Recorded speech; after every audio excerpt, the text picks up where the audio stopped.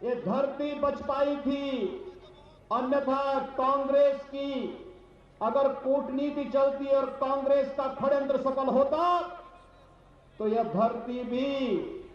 उसी प्रकार से भारत के लिए खतरा पैदा कर देती, जैसे घुसपैठियों ने बहुत सारे क्षेत्रों में कांग्रेस की तुष्टीकरण के नाते आज राष्ट्रीय सुरक्षा के लिए खतरा पैदा कर दिया था। लेकिन मैं उस महापुरुष को आदर करता हूं, सम्मान करता हूं, जिन्होंने राष्ट्रवाद की अलग जगा करके उस कालखंड में इस धरती को सुरक्षित रखने में अपना योगदान दिया था। शंकर देव के, श्रीमान शंकर देव की इस धरती को मैं कोटि कोटि नमन करते हुए भारत के सांस्कृतिक राष्ट्रवाद के उस महापुरुष के प्रति विनम्र श्रद्धांजलि भी अर्पित करता हूं। भाइयों बहनों, शंकर देव ने हमें, श्रीमान शंकर देव ने हमें घुसपैठ की समस्या के प्रति सचेत किया था और इसलिए कांग्रेस शंकर देव को कभी बर्दाश्त नहीं कर पाई, क्योंकि कांग्रेस की नीति विकास नहीं, कांग्रेस की नीति समृद्धि नहीं, कांग्रेस की नीति आप सबकी खुशहाली कभी नहीं रही। उसकी नीति तुष्टीकरण की नीति थी, एन प्रकार सत्ता प्राप्त करने की नीति थी और उसकी कीमत एक लंबे समय तक असम वासियों को चुकानी पड़ी थी, उग्रवाद के रूप में, अलगाववाद के रूप में। मैं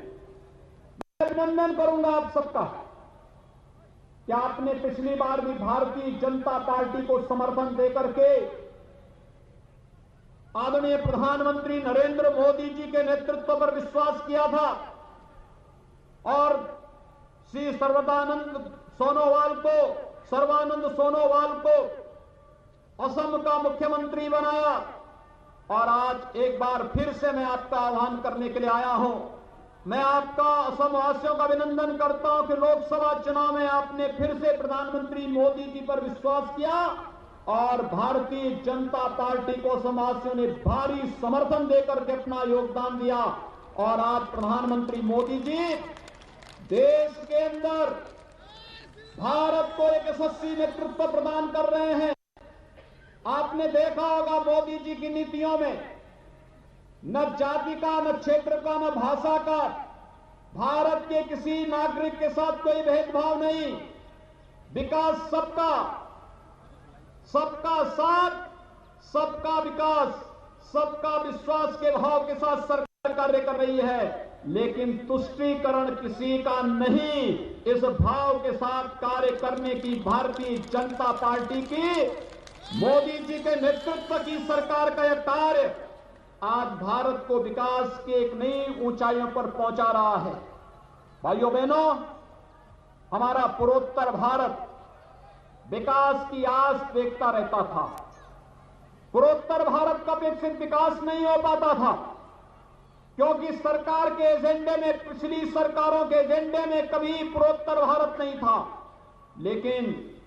प्रधानमंत्री मोदी जी ने लुक ईस्ट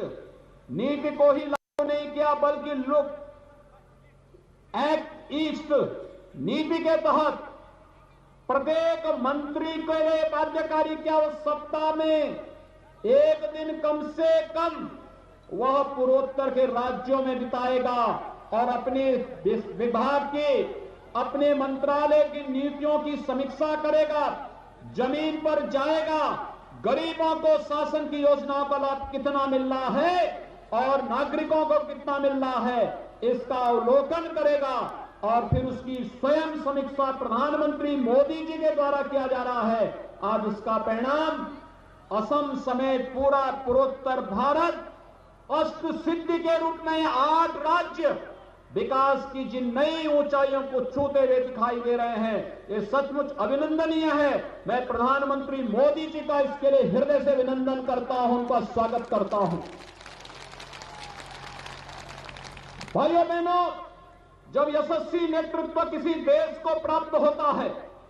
तो हर एक क्षेत्र में देश को यशस्वी नेतृत्व प्रदान करता है। विगत 1 वर्ष